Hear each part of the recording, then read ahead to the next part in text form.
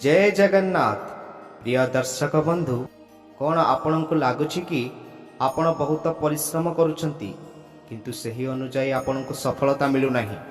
कौन आपण घरे सब बेले अशांति लगी रहुछि किंबा रोजगार हेउथबा टंका पानी भली बही जाउछि?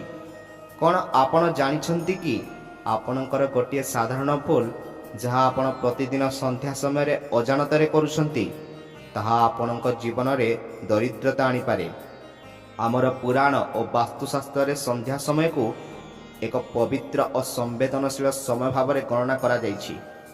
कहा जाए जे एही समय रे माँ लक्ष्मी धरापृष्ठ को आसंती, किंतु जदि सही समय रे आपण एमिति किछि काम करुछंती जहाँ माँ को असंतुष्ट करे, तेबे घर को आसुथिबा सौभाग्य दुर्भाग्य रे परिणत हो जाए।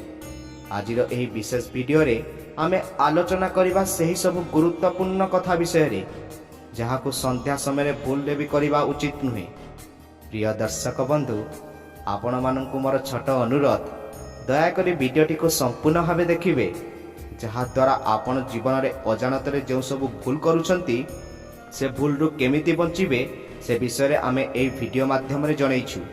वीडियोटी को लाइक करिदेबे एवं कमेंट रे जय माँ लक्ष्मी लिखिदेबे। माँ लक्ष्मी आपणकर मंगल करिबे। तेबे चलंतु डेरी न करी वीडियोटी को संपूर्ण भाव देखिबा। संध्या समय जहाँ को आमे गधुली बेला बोली कहि थाउ, ताहा दिन और रातिर मिलन स्थल। एही समय प्रकृति रे एक अद्भुत परिवर्तन हुए। वास्तुशास्त्र अनुसार एही समयटी सकारात्मक और नकारात्मक शक्तिर संधिक्षण। जदि आमे एही समय सठिक आचरण न करिबा तेबे घरर वास्तुदोष बढ़ी थाए एवं दरिद्रता माड़ी आसे। सर्वप्रथमे जानिबा उचित जे संध्या समय शोइबा एक बड़ दोष। आपण हुए तो दिन सारा काम करी थकी जाई थाई पारंती, किंतु संध्या समय शोइबा द्वारा शरीर में तामसिक शक्तिर वृद्धि घटे। शास्त्र कहे संध्या काले जेउ नर शयन करे तार आयु विद्या एवं यश ह्रास पाई थाए। यह केवल एक धार्मिक विश्वास नुहे, बरम यह पछरे वैज्ञानिक कारण मध्य रही।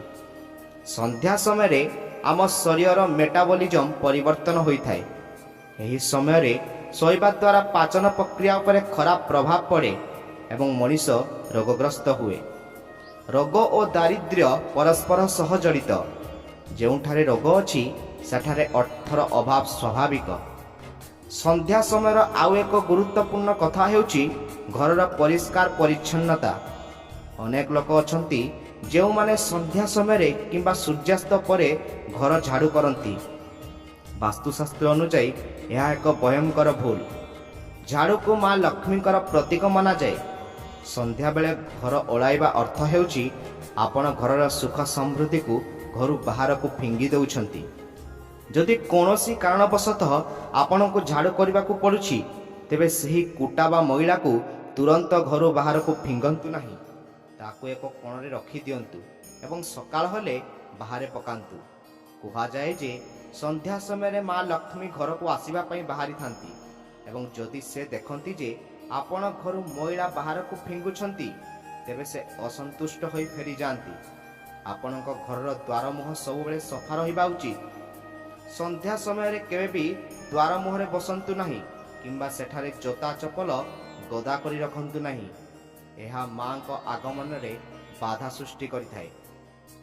भक्ति भाव में परिपूर्ण एही आलोचना रे आउ एक दिग हेउची आमर बाणी बा कथा। संध्या समय रे घरे कली झगड़ा बा पाटितुंड करबा अशुभ बोली विवेचना करा जाए। जो घरे संध्या समय शांति रहे नहीं सेठारे दरिद्रता वास करे। मने रखंतु शब्दर एक निजस्व शक्ति थाए। संध्या समय नकारात्मक कथा कहिबा, कहार निंदा करिबा किंबा कांदिबा द्वारा घरर वातावरण प्रदूषित हुए। एही समय केवल भजन कीर्तन बा मंत्र उच्चारण हेबा उचित। जदि आपण मंत्र पढ़ी पारुनाहांती तेबे अंततः पक्षे घरे एक दीप प्रज्वलन करी शांत भाव में बसंतु। दीपर आलोक केवल अंधार दूर करे नहीं, बरम यह आम जीवन नकारात्मकता को मध्य दूर करे। आउ एक गुरुत्वपूर्ण नियम हेउची खाद्य संबंधी।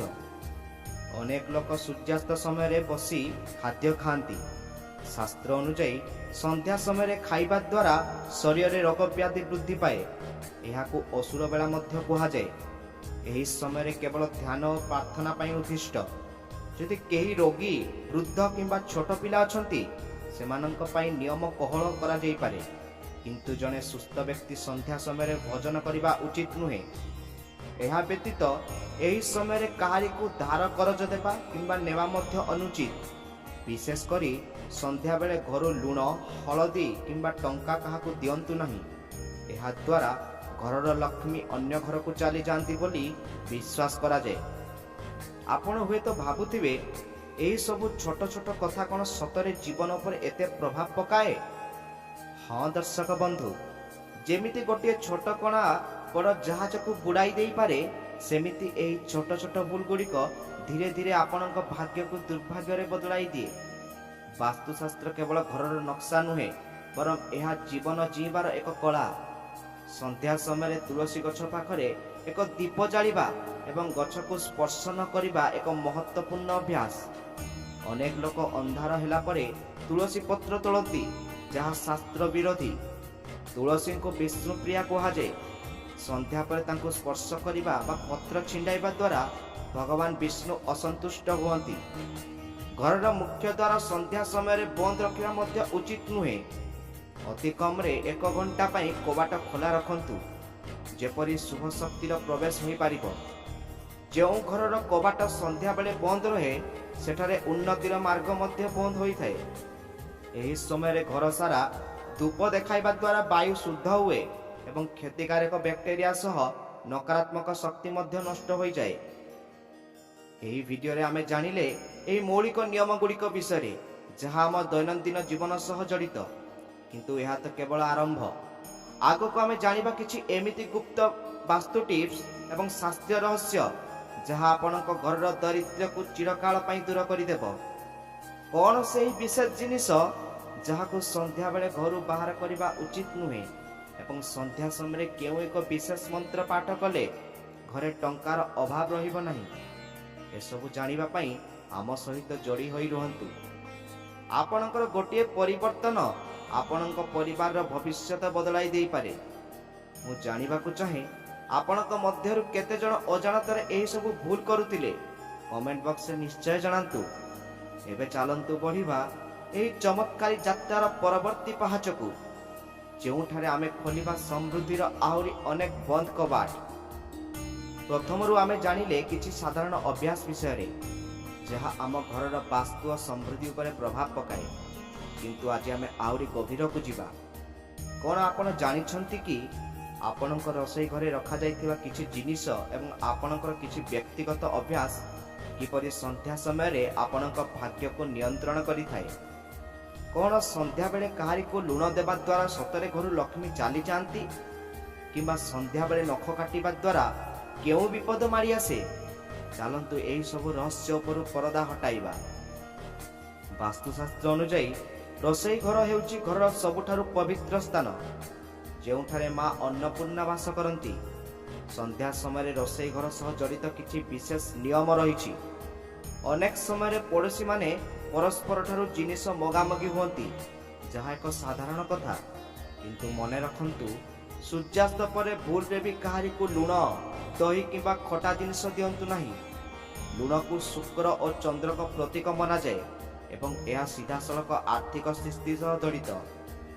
ସନ୍ଧ୍ୟାବେଳେ ଲୁଣ ଦାନ କରିବା ଅର୍ଥ ହେଉଛି ଆପଣ ନିଜ ଘରର ସୌଭାଗ୍ୟ ଅନ୍ୟକୁ ଦେଇ ଦେଉଛନ୍ତି। ସେହିପରି ଦହି ଶୁକ୍ର ଗ୍ରହଙ୍କ ସହ ଜଡ଼ିତ, ଯିଏ ଭୌତିକ ସୁଖ ସୁବିଧାର ସ୍ୱାମୀ। ସନ୍ଧ୍ୟାବେଳେ କାହାକୁ ଦହି ଦେବା ଦ୍ୱାରା ଘରର ସୁଖ ଶାନ୍ତିରେ ବାଧା ଉପୁଜେ ଏବଂ ଅଯଥା ଖର୍ଚ୍ଚ ବଢ଼ିଥାଏ। କ'ଣ ଆପଣ କେବେ ଅନୁଭବ କରିଛନ୍ତି କି ବିନା କାରଣରେ ଆପଣଙ୍କ ପକେଟ ଖାଲି ହୋଇଯାଉଛି? ତେବେ ଥରେ ଚିନ୍ତା କରନ୍ତୁ, ଆପଣ ସନ୍ଧ୍ୟାବେଳେ ଏହି ଭୁଲ କରୁନାହାନ୍ତି ତ? ଆଉ ଏକ ଗୁରୁତ୍ୱପୂର୍ଣ୍ଣ କଥା ହେଉଛି, ସନ୍ଧ୍ୟା ସମୟରେ ନଖ କାଟିବା, କେଶ କାଟିବା କିମ୍ବା ଦାଢ଼ି କ୍ଷେର ହେବା। ଆମର ପୂର୍ବଜମାନେ ସବୁବେଳେ ଏହି କାମକୁ ସନ୍ଧ୍ୟାବେଳେ କରିବାକୁ ବାରଣ କରିଥାନ୍ତି। ଏହାର ଏକ ବୈଜ୍ଞାନିକ କାରଣ ହେଉଛି, ପୂର୍ବ କାଳରେ ବିଦ୍ୟୁତ ଶକ୍ତି ନଥିଲା, ତେଣୁ ଅଳ୍ପ ଆଲୋକରେ ନଖ ବା କେଶ କାଟିବା ଦ୍ୱାରା ଶରୀରରେ ଆଘାତ ଲାଗିବାର ଭୟ ଥିଲା। କିନ୍ତୁ ଆଧ୍ୟାତ୍ମିକ ଦୃଷ୍ଟିକୋଣରୁ ଦେଖିଲେ ସନ୍ଧ୍ୟା ସମୟରେ ଶରୀରରୁ କୌଣସି ଅଂଶ ନଖ ବା କେଶ ଅଲଗା କରିବା ଦ୍ୱାରା ଘରେ ନକାରାତ୍ମକ ଶକ୍ତି ବୃଦ୍ଧି ପାଏ। ଏହା ମା ଲକ୍ଷ୍ମୀକୁ ଅପମାନିତ କରିବା ସଦୃଶ। ଯେଉଁ ଘରେ ସନ୍ଧ୍ୟାବେଳେ ଏହିସବୁ କାମ ହୁଏ ସେଠାରେ ରହୁଥିବା ଲୋକଙ୍କ ଆୟୁଷ କମିଯାଏ ଏବଂ ସେମାନେ ସବୁବେଳେ ମାନସିକ ଚିନ୍ତାରେ ରହନ୍ତି। ଆସନ୍ତୁ ଏବେ ଆଲୋଚନା କରିବା ଆମର ପୋଷାକ ପରିଚ୍ଛଦ ବିଷୟରେ। ଆପଣଙ୍କ ମଧ୍ୟରୁ କେତେଜଣ ସନ୍ଧ୍ୟାବେଳେ ବାହାର ଲୁଗା ଶୁଖାନ୍ତି? ଯଦି ଆପଣ ଏହା କରୁଛନ୍ତି ତେବେ ସାବଧାନ ହୋଇଯାଆନ୍ତୁ। ବାସ୍ତୁଶାସ୍ତ୍ର ଅନୁଯାୟୀ ସୂର୍ଯ୍ୟାସ୍ତ ପରେ ବାୟୁମଣ୍ଡଳରେ ନକାରାତ୍ମକ ଶକ୍ତି ବା ତାମସିକ ଉର୍ଜାର ପ୍ରଭାବ ପଡ଼ିଥାଏ। ଓଦା ଲଗା ଏହି ଶକ୍ତିକୁ ଖୁବ୍ ଶୀଘ୍ର ଶୋଷଣ କରିନିଏ। ଯେତେବେଳେ ଆପଣ ସେହି ପୋଷାକ ପିନ୍ଧନ୍ତି ସେହି ନକାରାତ୍ମକ ଶକ୍ତି ଆପଣଙ୍କ ଶରୀର ଓ ମନକୁ ପ୍ରଭାବିତ କରେ। ଏହାଦ୍ୱାରା ସ୍ୱାସ୍ଥ୍ୟଗତ ସମସ୍ୟା ଦେଖାଦିଏ ଏବଂ ମନରେ ଅଶାନ୍ତି ସୃଷ୍ଟି ହୁଏ। ସେଥିପାଇଁ ସୂର୍ଯ୍ୟାସ୍ତ ପୂର୍ବରୁ ସବୁ ଲୁଗା ଘର ଭିତରକୁ ଆଣିବା ଉଚିତ। ସନ୍ଧ୍ୟା ସମୟରେ ପାଠ ପଢ଼ିବା ବିଷୟରେ ମଧ୍ୟ ଶାସ୍ତ୍ରରେ ବିଶେଷ ନିର୍ଦ୍ଦେଶ ରହିଛି। ଅନେକ ଛାତ୍ରଛାତ୍ରୀ ସନ୍ଧ୍ୟା ସମୟରେ ବହି ଧରି ବସନ୍ତି, କିନ୍ତୁ ମନେ ରଖନ୍ତୁ ଠିକ୍ ସୂର୍ଯ୍ୟାସ୍ତ ବେଳେ ବା ଗୋଧୂଳି ସମୟରେ ବହି ପଢ଼ିବା ଅପେକ୍ଷା ଭଗବାନଙ୍କ ନାମ ସ୍ମରଣ କରିବା ଅଧିକ ଫଳଦାୟୀ। ଏହି ସମୟରେ ବହି ପଢ଼ିବା ଦ୍ୱାରା ମସ୍ତିଷ୍କ ଉପରେ ଚାପ ପଡ଼େ ଏବଂ ଏକାଗ୍ରତା କମିଯାଏ। ଏହା ପରିବର୍ତ୍ତେ ଯଦି ଆପଣ 15ରୁ 20 ମିନିଟ୍ ପାଇଁ ଈଶ୍ୱରଙ୍କ ଧ୍ୟାନ କରନ୍ତି ତେବେ ଆପଣଙ୍କ ସ୍ମରଣ ଶକ୍ତି ବୃଦ୍ଧି ପାଇବ। ଶାସ୍ତ୍ର କହେ ସନ୍ଧ୍ୟାକାଳେ ନ ପଠେତ୍ ବିଦ୍ୟା, ଅର୍ଥାତ୍ ସନ୍ଧ୍ୟା ସନ୍ଧିକ୍ଷଣରେ ବିଦ୍ୟା ଅଧ୍ୟୟନ କରିବା ଉଚିତ ନୁହେଁ। ଏହି ସମୟଟି ହେଉଛି ଆଧ୍ୟାତ୍ମିକ ଜ୍ଞାନ ଆହରଣର ସମୟ। ଆପଣ କ'ଣ ଜାଣିଛନ୍ତି କି ଆପଣଙ୍କ ଘରର ଆଇନା ବା ଦର୍ପଣ ମଧ୍ୟ ଦାରିଦ୍ର୍ୟର କାରଣ ହୋଇପାରେ? ସନ୍ଧ୍ୟା ସମୟରେ ଆଇନା ଦେଖିବା ବା ଆଇନା ସାମ୍ନାରେ ବସି ମେକଅପ୍ ହେବା ବହୁତ ଲୋକଙ୍କର ଅଭ୍ୟାସ, କିନ୍ତୁ ବାସ୍ତୁ ଅନୁଯାୟୀ ଦର୍ପଣ ଏକ ପ୍ରତିଫଳକ। ସନ୍ଧ୍ୟାବେଳେ ବାତାବରଣରେ ଥିବା ନକାରାତ୍ମକତା ଆଇନା ମାଧ୍ୟମରେ ଦ୍ୱିଗୁଣିତ ହୋଇ ଘର ସାରା ବ୍ୟାପିଯାଏ। ଏହି ସମୟରେ ଆଇନା ଦେଖିବା ଦ୍ୱାରା ଆତ୍ମବିଶ୍ୱାସ କମିଯାଏ ଏବଂ ମୁହଁର ତେଜ ହ୍ରାସ ପାଏ। ବିଶେଷ କରି ଶୋଇବା ଘରେ ଯଦି ଆଇନା ଅଛି ତେବେ ସନ୍ଧ୍ୟା ପରେ ତାକୁ ଏକ କପଡ଼ାରେ ଢାଙ୍କି ରଖିବା ଶୁଭ ବୋଲି ମନାଯାଏ। ଏହା ସହିତ ସନ୍ଧ୍ୟା ସମୟର ଘରର ଉତ୍ତର ପୂର୍ବ କୋଣ ବା ଈଶାନ କୋଣକୁ ସବୁବେଳେ ସଫା ରଖନ୍ତୁ। ଏହି କୋଣଟି ଦେବତାଙ୍କ ସ୍ଥାନ। ଯଦି ସନ୍ଧ୍ୟାବେଳେ ଏହି ସ୍ଥାନରେ ଅଳିଆ ଆବର୍ଜନା କିମ୍ବା ଅନ୍ଧାର ରହେ ତେବେ ଘରକୁ ଆସୁଥିବା ସମସ୍ତ ସୁଯୋଗ ହାତଛଡ଼ା ହୋଇଯାଏ। ଏହି ସମୟରେ ଘରେ ଶଙ୍ଖ ବଜାଇବା ଏକ ଅତି ଉତ୍ତମ ଅଭ୍ୟାସ। ଶଙ୍ଖର ଧ୍ୱନି ଯେଉଁ ପର୍ଯ୍ୟନ୍ତ ଶୁଣାଯାଏ ସେହି ସୀମା ମଧ୍ୟରେ କୌଣସି ଅଶୁଭ ଶକ୍ତି ରହିପାରେ ନାହିଁ। କ'ଣ ଆପଣଙ୍କ ଘରେ ପ୍ରତିଦିନ ସନ୍ଧ୍ୟାରେ ଶଙ୍ଖ ବାଜେ? ଯଦି ନା, ତେବେ ଆଜିଠାରୁ ଏହି ଅଭ୍ୟାସ ଆରମ୍ଭ କରନ୍ତୁ ଏବଂ ନିଜେ ଚମତ୍କାର ଦେଖନ୍ତୁ। ଆଉ ଏକ ରହସ୍ୟମୟ କଥା ହେଉଛି ଟଙ୍କା ଗଣିବା। ଅନେକ ବ୍ୟବସାୟୀ ବା ଚାକିରିଆ ଘରକୁ ଫେରି ସନ୍ଧ୍ୟାବେଳେ ବସି ଟଙ୍କା ଗଣନ୍ତି। ମନେ ରଖନ୍ତୁ ସନ୍ଧ୍ୟା ସମୟରେ ମା ଲକ୍ଷ୍ମୀ ଘରକୁ ପ୍ରବେଶ କରନ୍ତି। ସେହି ସମୟରେ ଲକ୍ଷ୍ମୀଙ୍କୁ ଗଣତି କରିବା ବା ତାଙ୍କର ଅହଙ୍କାର ଦେଖାଇବା ଅଶୁଭ। ଏହା ଦର୍ଶାଏ ଯେ ଆପଣ କେବଳ ଭୌତିକ ସମ୍ପତ୍ତି ପଛରେ ପଡ଼ିଛନ୍ତି। ଏହା ବଦଳରେ ଟଙ୍କାକୁ ମୁଣ୍ଡରେ ଲଗାଇ ଲକ୍ଷ୍ମୀଙ୍କୁ ଧନ୍ୟବାଦ ଦିଅନ୍ତୁ ଏବଂ ତାଙ୍କୁ ନିରାପଦ ସ୍ଥାନରେ ରଖିଦିଅନ୍ତୁ। ଗଣତି କାର୍ଯ୍ୟ ସୂର୍ଯ୍ୟାସ୍ତର କିଛି ସମୟ ପୂର୍ବରୁ କିମ୍ବା ପରେ କରିବା ଭଲ। ଦର୍ଶକ ବନ୍ଧୁ, ଆମର ଏହି ଯାତ୍ରା ଏଠାରେ ଶେଷ ହେଉନାହିଁ, କିନ୍ତୁ ଏବେ ଆମେ ଆଲୋଚନା କରିବା ଏକ ଏମିତି ବିଶେଷ ମହା ଉପାୟ ଯାହାକୁ କେବଳ ସନ୍ଧ୍ୟା ସମୟରେ କଲେ ଆପଣଙ୍କ ଭାଗ୍ୟର ଚାବି ଖୋଲିଯିବ। କ'ଣ ସେହି ଗୋଟିଏ ଜିନିଷ ଯାହାକୁ ସନ୍ଧ୍ୟାବେଳେ ଦାନ କଲେ ଆପଣ କୋଟିପତି ହୋଇପାରିବେ ଏବଂ ସନ୍ଧ୍ୟାବେଳେ ଘରର କେଉଁ ସ୍ଥାନରେ ଦୀପ ଜାଳିଲେ ପିତୃଦୋଷ ଦୂର ହୁଏ? ସନ୍ଧ୍ୟା ସମୟର ଏହି ନିୟମଗୁଡ଼ିକୁ ପାଳନ କଲେ କେବଳ ଦାରିଦ୍ର୍ୟ ଦୂର ହୁଏ ନାହିଁ, ବରଂ ମନରେ ଅପାର ଶାନ୍ତି ମିଳିଥାଏ। ଯେଉଁ ଘରେ ନିୟମ ଓ ଶୃଙ୍ଖଳା ଥାଏ ସେଠାରେ ଦେବତାମାନେ ସ୍ୱୟଂ ବାସ କରନ୍ତି। କ'ଣ ଆପଣଙ୍କ ମନରେ ଏହିସବୁ ନିୟମକୁ ନେଇ କୌଣସି ପ୍ରଶ୍ନ ଅଛି କିମ୍ବା ଆପଣ ଚାହୁଁଛନ୍ତି କି ଆମେ କୌଣସି ଏକ ନିର୍ଦ୍ଦିଷ୍ଟ ବିଷୟରେ ଅଧିକ ସୂଚନା ଦେଉ? କମେଣ୍ଟରେ ନିଶ୍ଚୟ ଜଣାନ୍ତୁ। ପ୍ରିୟ ଦର୍ଶକ ବନ୍ଧୁ, ଏଠାରେ ଆମେ ସେହି ସବୁ ମହା ଉପାୟ ବିଷୟରେ ଜାଣିବା ଯାହା କେବଳ ଦାରିଦ୍ର୍ୟ ଦୂର କରିବ ନାହିଁ, ବରଂ ଆପଣଙ୍କ ଘରକୁ ସୁଖ, ସମୃଦ୍ଧି ଓ ଐଶ୍ୱର୍ଯ୍ୟରେ ଭରିଦେବ। କ'ଣ ଆପଣ ଜାଣିଛନ୍ତି କି ସନ୍ଧ୍ୟା ସମୟରେ ଘରର ଏକ ନିର୍ଦ୍ଦିଷ୍ଟ କୋଣରେ ଜଳାଯାଇଥିବା ଗୋଟିଏ ଦୀପ ଆପଣଙ୍କ ପିତୃପୁରୁଷକୁ ପ୍ରସନ୍ନ କରିବା ସହ ଆପଣଙ୍କ ସବୁ ଅଟକି ଯାଇଥିବା କାମକୁ ପୂରଣ କରିପାରେ। କ'ଣ ଆପଣ ଜାଣିଛନ୍ତି ସନ୍ଧ୍ୟା ସମୟରେ ରୋଷେଇ ଘରର ଏକ ପବିତ୍ର ଅଭ୍ୟାସ କିପରି ଆପଣଙ୍କ ଭଣ୍ଡାରକୁ ସବୁବେଳେ ପୂର୍ଣ୍ଣ ରଖିପାରିବ? ଚାଲନ୍ତୁ ଏହି ଗୂଢ଼ ରହସ୍ୟ ଗୁଡ଼ିକୁ ବୁଝିବା। ସନ୍ଧ୍ୟା ସମୟରେ ଆମେ କହିବାକୁ ଥିବା ସବୁଠାରୁ ବଡ଼ ଭୁଲ ହେଉଛି ରୋଷେଇ ଘରେ ଅଇଁଠା ବାସନ। ଅନେକ ସମୟରେ ଆମେ ଆଳସ୍ୟ ହେତୁ ସନ୍ଧ୍ୟାବେଳେ ବାସନ ସଫା ନ କରି ତାଙ୍କୁ ସିଙ୍କରେ ଛାଡ଼ି ଦେଇଥାଉ। ବାସ୍ତୁଶାସ୍ତ୍ର ଅନୁଯାୟୀ ଅଇଁଠା ବାସନରୁ ନକାରାତ୍ମକ ଉର୍ଜା ବାହାରେ। ସନ୍ଧ୍ୟାବେଳେ ଯେତେବେଳେ ମା ଲକ୍ଷ୍ମୀ ମା ଅନ୍ନପୂର୍ଣ୍ଣା ଘରକୁ ଆସନ୍ତି ସେତେବେଳେ ରୋଷେଇ ଘରେ ଅସନା ଓ ଅଇଁଠା ଦେଖିଲେ ସେ ଅସନ୍ତୁଷ୍ଟ ହୋଇ ଘରୁ ଚାଲିଯାଆନ୍ତି। କୁହାଯାଏ ଯେଉଁ ଘରର ରୋଷେଇ ଘର ସନ୍ଧ୍ୟାବେଳେ ସଫା ରହେ ନାହିଁ ସେହି ଘରେ ସବୁବେଳେ ଆର୍ଥିକ ଅଭାବ ଓ ପାରିବାରିକ କଳହ ଲାଗି ରହେ। ସେଥିପାଇଁ ସନ୍ଧ୍ୟା ପୂର୍ବରୁ ସବୁ ବାସନ ସଫା କରି ରୋଷେଇ ଘରକୁ ଚକଚକ ରଖନ୍ତୁ। ଏହାଦ୍ୱାରା ଘରେ ସକାରାତ୍ମକ ଶକ୍ତିର ପ୍ରଭାବ ହୁଏ ଏବଂ ମା ଅନ୍ନପୂର୍ଣ୍ଣାଙ୍କ ଆଶୀର୍ବାଦ ମିଳେ। ଏବେ ଆସନ୍ତୁ ଜାଣିବା ସେହି ବିଶେଷ ଦୀପ ବିଷୟରେ ଯାହା ଆପଣଙ୍କ ଭାଗ୍ୟ ବଦଳାଇ ଦେଇପାରେ। ବାସ୍ତୁଶାସ୍ତ୍ର ଅନୁଯାୟୀ ସନ୍ଧ୍ୟା ସମୟରେ ଘରର ଦକ୍ଷିଣ ଦିଗରେ ଏକ ଦୀପ ଜାଳିବା ଅତ୍ୟନ୍ତ ଶୁଭ। ଦକ୍ଷିଣ ଦିଗକୁ ପିତୃପୁରୁଷଙ୍କ ଦିଗ ବୋଲି ମନାଯାଏ। ସନ୍ଧ୍ୟାବେଳେ ଏହି ଦିଗରେ ଏକ ଦୀପ, ବିଶେଷ କରି ସୋରିଷ ତେଲର ଦୀପ ପ୍ରଜ୍ୱଳନ କଲେ ପିତୃଦୋଷ ଖଣ୍ଡନ ହୁଏ।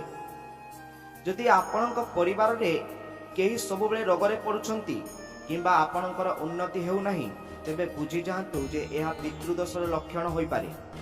ଏହି ଗୋଟିଏ ଛୋଟ ଅଭ୍ୟାସ ଆପଣଙ୍କ ପୂର୍ବପୁରୁଷଙ୍କୁ ତୃପ୍ତି ଦିଏ ଏବଂ ସେମାନଙ୍କ ଆଶୀର୍ବାଦରୁ ଆପଣଙ୍କ ଘରେ ସୁଖ ଶାନ୍ତି ଫେରିଆସେ। ମନେ ରଖନ୍ତୁ, ଯେଉଁ ଘର ଉପରେ ପିତୃଦୋଷଙ୍କର ଆଶୀର୍ବାଦ ଥାଏ ସେହି ଘରକୁ ସ୍ୱୟଂ ଭଗବାନ ମଧ୍ୟ ରକ୍ଷା କରନ୍ତି। ଆଉ ଏକ ମହତ୍ତ୍ୱପୂର୍ଣ୍ଣ କଥା ହେଉଛି ମୁଖ୍ୟ ଦ୍ୱାରର ପୂଜା। ଆମେ ଭିଡ଼ିଓରେ କହିଥିଲୁ ଯେ ସନ୍ଧ୍ୟାବେଳେ ମୁଖ୍ୟ ଦ୍ୱାର ବନ୍ଦ ରଖିବା ଉଚିତ ନୁହେଁ, କିନ୍ତୁ କ'ଣ ଆପଣ ଜାଣିଛନ୍ତି କି ସେହି ଦ୍ୱାର ମୁହଁରେ ସନ୍ଧ୍ୟାବେଳେ କ'ଣ ରଖିବା ଉଚିତ? ପ୍ରତିଦିନ ସନ୍ଧ୍ୟାରେ ଘରର ମୁଖ୍ୟ ଦ୍ୱାରରେ ଦୁଇ ପାର୍ଶ୍ୱରେ ଦୁଇଟି ଦୀପ ଜାଳନ୍ତୁ କିମ୍ବା ଅନ୍ତତଃ ପକ୍ଷେ ସେଠାରେ ଏକ ବଲ୍ବ ଲଗାଇ ଆଲୋକିତ ରଖନ୍ତୁ। ଅନ୍ଧାର ମୁଖ୍ୟ ଦ୍ୱାର ଦାରିଦ୍ର୍ୟର ପ୍ରତୀକ। ଦ୍ୱାର ମୁହଁରେ ଆଲୋକ ଥିଲେ ମା ଲକ୍ଷ୍ମୀ ଆକର୍ଷିତ ହୋଇ ଘରକୁ ଆସନ୍ତି। ଏହା ସହିତ ଯଦି ସନ୍ଧ୍ୟାବେଳେ ଆପଣ ଘରର ଦ୍ୱାର ମୁହଁରେ ଟିକେ ପବିତ୍ର ଜଳ ବା ଗଙ୍ଗା ଜଳ ଛିଞ୍ଚନ କରନ୍ତି ତେବେ ଘର ଭିତରୁ କୌଣସି ନକାରାତ୍ମକ ଶକ୍ତି ପ୍ରବେଶ କରିପାରିବ ନାହିଁ। ଭକ୍ତି ଭାବରେ ପରିପୂର୍ଣ୍ଣ ଦର୍ଶକ ବନ୍ଧୁ, ସନ୍ଧ୍ୟା ସମୟରେ ଦାନର ମଧ୍ୟ ଏକ ବିଶେଷ ମହତ୍ତ୍ୱ ଅଛି, କିନ୍ତୁ ଏଠାରେ ସାବଧାନ ରହିବାକୁ ହେବ। ଆମେ ଆଗରୁ କହିଛୁ ଯେ ଲୁଣ ବା ଦହି ଦାନ କରିବା ଅନୁଚିତ, କିନ୍ତୁ ସନ୍ଧ୍ୟାବେଳେ କୌଣସି ଗରିବ ବା ଅସହାୟ ବ୍ୟକ୍ତିଙ୍କୁ ଅନ୍ନ ଦାନ କରିବା କିମ୍ବା ପଶୁପକ୍ଷୀଙ୍କୁ ଖାଦ୍ୟ ଦେବା ଅତ୍ୟନ୍ତ ପୁଣ୍ୟଦାୟକ। ଯଦି ସନ୍ଧ୍ୟାବେଳେ କୌଣସି ଭିକାରୀ ଆପଣଙ୍କ ଦ୍ୱାରକୁ ଆସୁଛନ୍ତି ତେବେ ତାଙ୍କୁ ଖାଲି ହାତରେ ଫେରାନ୍ତୁ ନାହିଁ, କିଛି ନା କିଛି ଖାଇବାକୁ ଦିଅନ୍ତୁ। ଏହାଦ୍ୱାରା ଆପଣଙ୍କର ଗ୍ରହ ଦୋଷ କଟିଯାଏ ଏବଂ ଭାଗ୍ୟର ବନ୍ଦ କବାଟ ଖୋଲିଯାଏ। ତେବେ ମନେ ରଖନ୍ତୁ, ଏହି ଦାନ ସମୟରେ ଆପଣଙ୍କ ମନରେ ଅହଙ୍କାର ନୁହେଁ ବରଂ ସେବା ଭାବ ରହିବା ଉଚିତ। ଏବେ ଆଲୋଚନା କରିବା ଆଉ ଏକ ଗୁପ୍ତ ବିଷୟରେ, ଯାହା ହେଉଛି ତୁଳସୀ ମୂଳରେ ମାଟିର ମହତ୍ତ୍ୱ। ସନ୍ଧ୍ୟାବେଳେ ତୁଳସୀ ଚଉରା ପାଖରେ ଦୀପ ଜାଳିବା ବେଳେ ମନେ ମନେ ଓମ୍ ନମୋ ଭଗବତେ ବାସୁଦେବାୟ ମନ୍ତ୍ର ଜପ କରନ୍ତୁ। ଏହି ସମୟରେ ତୁଳସୀକୁ ସ୍ପର୍ଶନ କରି ମନେ ମନେ ନିଜର ମନୋକାମନା ଜଣାନ୍ତୁ। କୁହାଯାଏ ଯେ ସନ୍ଧ୍ୟାବେଳେ ତୁଳସୀ ମା ସାକ୍ଷାତ ବୈକୁଣ୍ଠର ଶକ୍ତି ସହ ଜଡ଼ିତ ଥାନ୍ତି। ଯଦି ଆପଣ ପ୍ରତିଦିନ ସନ୍ଧ୍ୟାରେ ତୁଳସୀଙ୍କ ପାଖରେ ବସି ମାତ୍ର 5 ମିନିଟ୍ ଶାନ୍ତ ଭାବରେ ଧ୍ୟାନ କରନ୍ତି ତେବେ ଆପଣଙ୍କ ଜୀବନରୁ ସବୁ ମାନସିକ ଚିନ୍ତା ଦୂର ହୋଇଯିବ। ଦର୍ଶକ ବନ୍ଧୁ, ଏହିସବୁ ବାସ୍ତୁ ନିୟମ କେବଳ ପୁରୁଣା କଥା ନୁହେଁ, ଏହା ହେଉଛି ଏକ ସୁସ୍ଥ ଓ ସମୃଦ୍ଧ ଜୀବନର ମୂଳଦୁଆ। ଆମେ ଆଲୋଚନା କରିଥିବା ପ୍ରତିଟି ବିନ୍ଦୁ, ଚାହେଁ ତାହା ଶୋଇବା ହେଉ, ଝାଡ଼ୁ କରିବା ହେଉ, ଖାଇବା ହେଉ କିମ୍ବା ଦୀପ ଜାଳିବା ହେଉ, ଏସବୁ ପଛରେ ଆମ ଋଷିମୁନିଙ୍କର ଗଭୀର ଚିନ୍ତାଧାରା ରହିଛି। ଯେତେବେଳେ ଆମେ ପ୍ରକୃତି ଓ ଶାସ୍ତ୍ରର ଏହି ନିୟମକୁ ସମ୍ମାନ ଦେଉ ସେତେବେଳେ ବ୍ରହ୍ମାଣ୍ଡର ସକାରାତ୍ମକ ଶକ୍ତି ଆମକୁ ସାହାଯ୍ୟ କରିବାକୁ ଲାଗେ।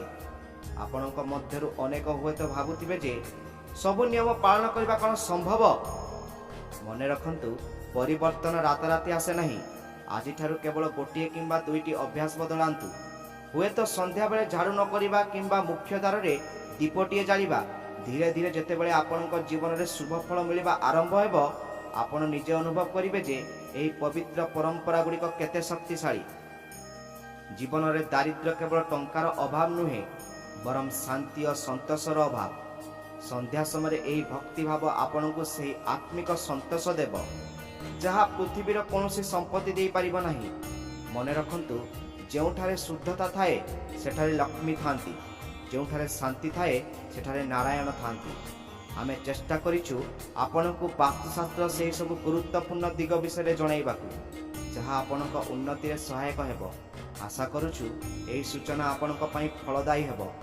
ଯଦି ଆପଣଙ୍କୁ ଏହି ଭିଡ଼ିଓଟି ଭଲ ଲାଗିଲା ତେବେ ଭିଡ଼ିଓଟିକୁ ଲାଇକ୍ କରିଦିଅନ୍ତୁ ଏବଂ ନିଜର ପ୍ରିୟଜନଙ୍କ ସହ ସେୟାର କରନ୍ତୁ, ଯେପରି ସେମାନେ ମଧ୍ୟ ଏହି ଭୁଲରୁ ବଞ୍ଚିପାରିବେ ଏବଂ ନିଜ ଜୀବନରେ ସମୃଦ୍ଧି ଆଣିପାରିବେ। ଏବଂ ତଳେ ଦିଆଯାଇଥିବା କମେଣ୍ଟ ବକ୍ସରେ ଜୟ ମା ଲକ୍ଷ୍ମୀ ଲେଖିଦିଅନ୍ତୁ। ଆମେ ଐଶ୍ୱର୍ଯ୍ୟର ଦେବୀ ମା ଲକ୍ଷ୍ମୀଙ୍କ ପାଖରେ ଆପଣଙ୍କର ମଙ୍ଗଳ କାମନା କରୁଛୁ। ଶେଷରେ କେବଳ ଏତିକି କହିବି, ସନ୍ଧ୍ୟାବେଳା ସାବଧାନତା ଜୀବନରେ ଆଣେ ସଫଳତା। ଭଗବାନ ଆପଣଙ୍କ ମଙ୍ଗଳ କରନ୍ତୁ। ଆପଣଙ୍କ ଘର ଧନ ଧାନ୍ୟରେ ପୂର୍ଣ୍ଣ ହେଉ। ଜୟ ଜଗନ୍ନାଥ, ଜୟ ମା ଲକ୍ଷ୍ମୀ।